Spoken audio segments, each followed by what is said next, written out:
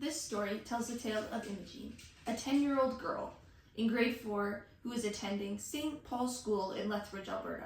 She lives at home with her mom, dad, and 4 siblings. The story starts with Imogene in her classroom learning multiplication. Okay, class, today we're going to be doing some multiplication. Can anybody tell me what 5 times 3 is? Hannah? 15. Awesome. And 4 times 7? Oh, okay, Sam? 26. Oh, you're close, but it's actually 28. And 6 times 2? Imogene? I don't feel very good. Oh, Imogene, I think we should probably step out of the classroom. It's okay, Imogene. Can you tell me if you had anything for breakfast this morning? No? Okay, I think we should maybe go to the community health nurse.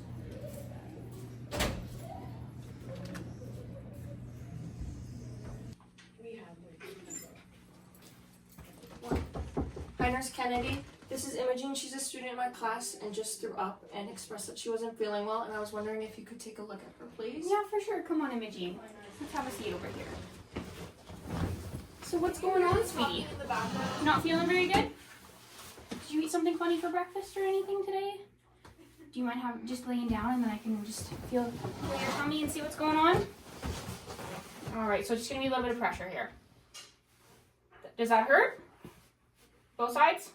Do you mind if I just roll up your shirt here so you can take a look? It's okay. All right.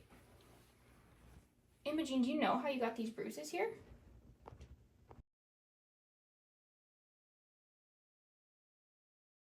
Yeah, I know. I'm not allowed to say anything.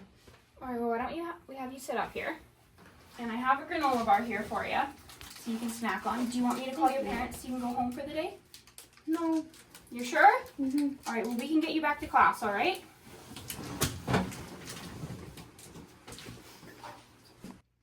Hello, Miss Nessa. I have a student here at the school that I wanted to connect you with. She's showing some signs of abuse, and I believe you need to evaluate her situation just a little bit further. All right, can you describe her situation a little further, please? She came to the office with her teacher after she threw up in class, and as I did the exam, she was really timid, didn't want to make eye contact, kept her arms crossed, head down, and her body was kind of turned away. She consented to the exam but remained closed off. I also found severe bruising on her abdomen, and she said that she knew how it got there but wasn't able to talk to me about it, and all of this led to me thinking that there were some issues at home. Okay, let's book an appointment for next week so I can do a follow-up on her. After the exam, the nurse sent home a note informing the parents of what is going on at school, as well as the bruising found on Imogene's abdomen. The note also recommended Imogene to see a physician. A week later, Imogene's appointment with the social worker comes around. All right, Imogene, this is Miss Nessa, and she's just going to ask you a few questions, if that's okay. Hi, Imogene. I'm Nessa, and I'm from Lethbridge Social Services, and I'm just going to ask you a few questions, if that's okay. Yeah? All right. How are you feeling today? I heard your tummy was a little sore last week. Is it feeling any better? It's feeling a little better. It still hurts a little. Okay. I'm still hungry. Okay. Did you have breakfast this morning or anything like that? Do you? I sometimes try and bring crackers, or crackers and cheese if I can find the cheese. Yeah, and that's what you do for lunch then, is your crackers and cheese? Kind of breakfast and lunch. Okay. Okay. Is that all you have at home too for the most part? If I can find it, yeah. If you can find it, your mom doesn't really make that stuff for you? No. No? I heard your belly had a few little owies on it. Does anyone else in the house have owies like that? Do you know? I don't know if mom's tummy looks like that, but I know her tummy hurts sometimes too.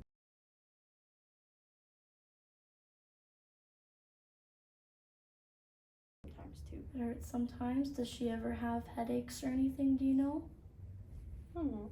You don't know? She kind of says she's tired all the time. Tired? Okay. That's okay. Alrighty. Well, that's really all I have to ask for you today.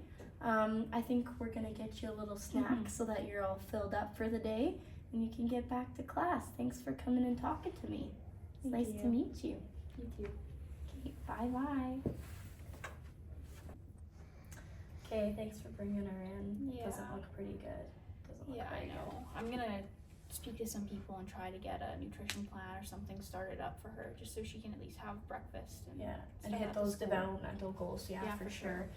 Yeah, I think I'm gonna go and see if I can visit her house and get some background information, or even get some information of her home life, That's and a go good from idea. there. For sure. Okay, sounds good.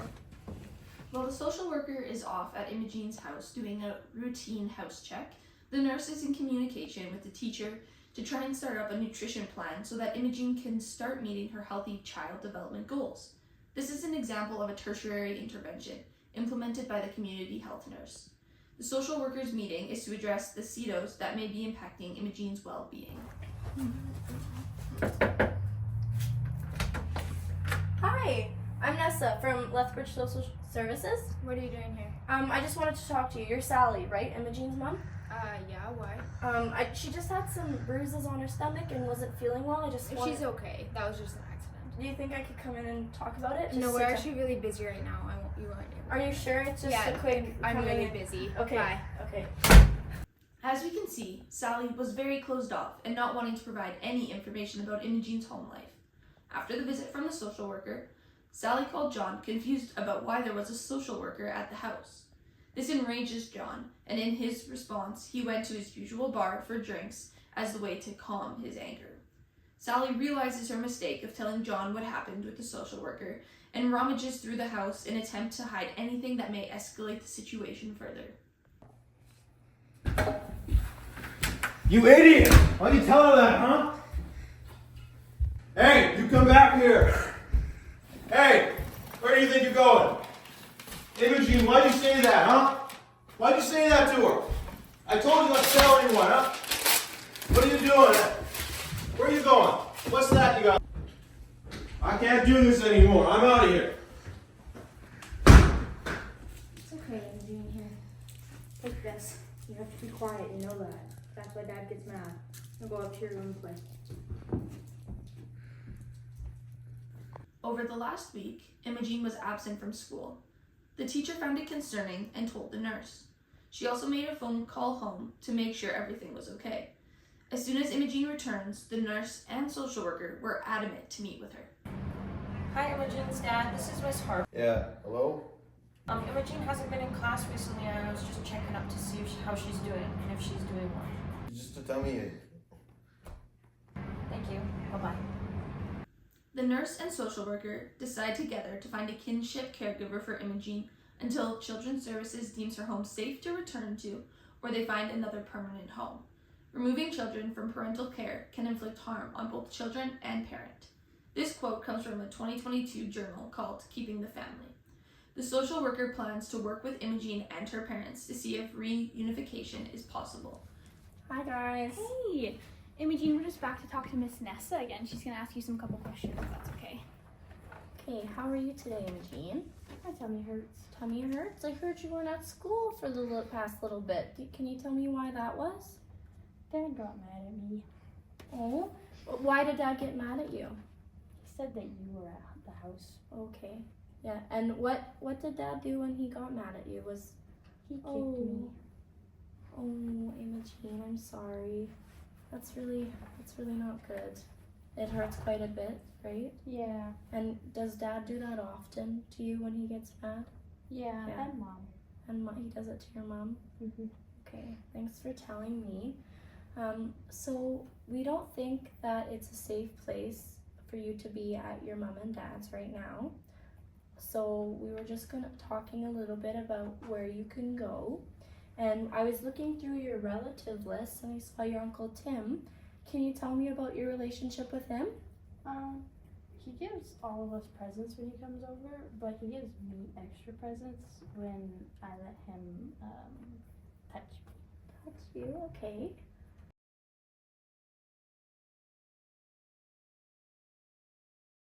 Touch me. Touch you, okay. Okay, that's interesting. Well, I don't think we really want you to send you to your Uncle Tim's because we don't need him giving you all those presents. We don't need you spoiled, do we? No. So what we're gonna do is me and Kennedy here are gonna work together with the other social supports that we have and try and see if we can find a home for you and your siblings just for a little bit, okay? Does that sound good? Yeah. Yeah? Yeah. Okay. Thank you a lot for talking to me, Imogene. Thank you. Okay? We'll get We'll you back get to that all class. sorted. Yeah. Thank you. See you. Possible.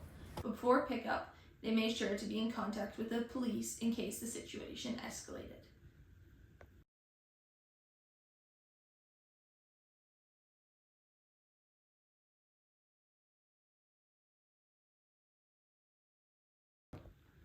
Imogene has found a placement with a family from the school. She is well taken care of and has 3 nutritious meals a day. This has not only stimulated physical growth, but also mental and intellectual growth. The community health nurse and Imogene's teacher work together to create a nutrition plan that is accessible to all students, regardless of income, social status, gender, or culture. They have also included primary prevention measures that both adults and students can watch for, such as signs of malnutrition, cognitive development, and a toxic home environment. They have developed pamphlets to take home, presentations at school, and a secondary prevention method of childhood development screenings that will be implemented by a team of community health nurses each year. In our interventions, we use interprofessionalism, team collaboration with the nurse, social worker, and teacher.